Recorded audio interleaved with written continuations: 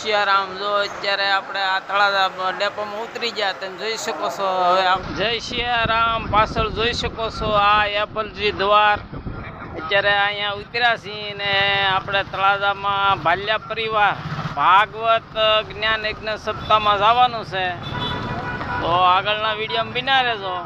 જય સિયારામ. રાજાશાહીમાં એભલવાળા થઈ ગયા. એ એભલજીવાળા જોઈ શકો તમે આ ફોટો એનો. આ મોવા ચોકડી તળાજામાં અહીંયા એનો પ્રતિમા મૂકવામાં આવી છે. જય સિયારામ. જય સિયારામ. તો જો આ ભાલ્યા પરિવાર વિઠ્ઠલભાઈ લક્ષ્મણભાઈ ભાગવત કથા બેહાડી છે. તો આપણે જઈ ત્યાં ઠાકોરજીને ભોગ તો ધરાવે છે, પણ આપણી નદી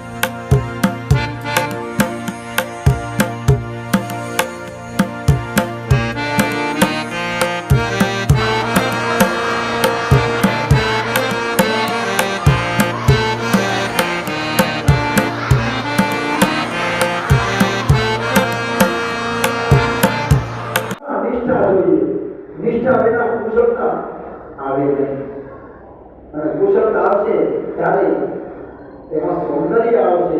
માટે જો આવી રીતે કર્મ કરી તો કર્મના બંધન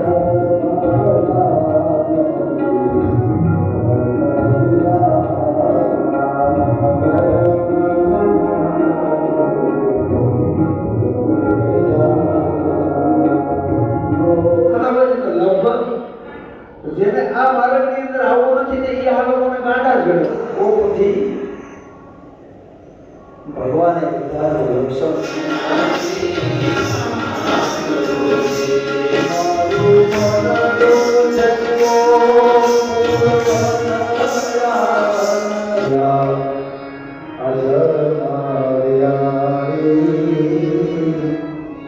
જળમાં વ્યાણી માસી આઈ લાય લાય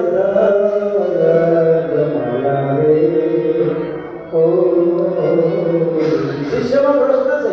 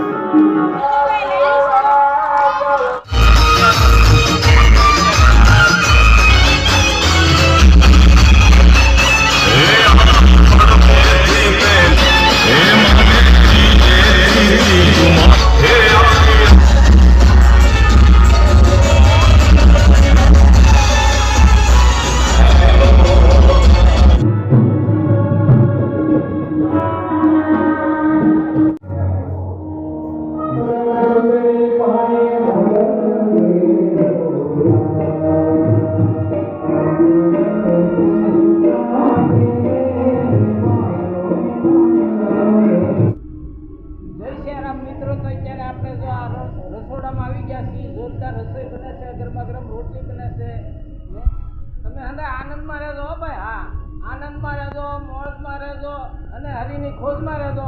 અમારા વિડીયો જોતા રહેજો. જય સિયારામ.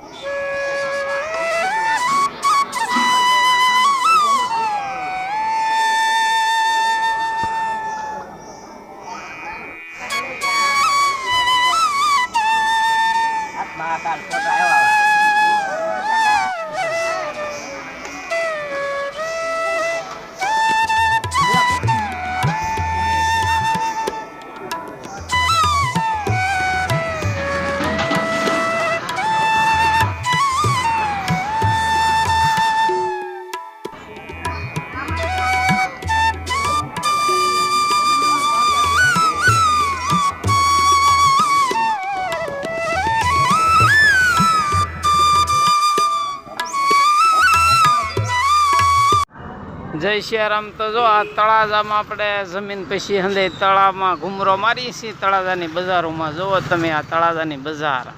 તો આ વીર આહિર દેવાયત આતા બોદરનો આ પ્રતિમા મૂકવામાં આવી છે.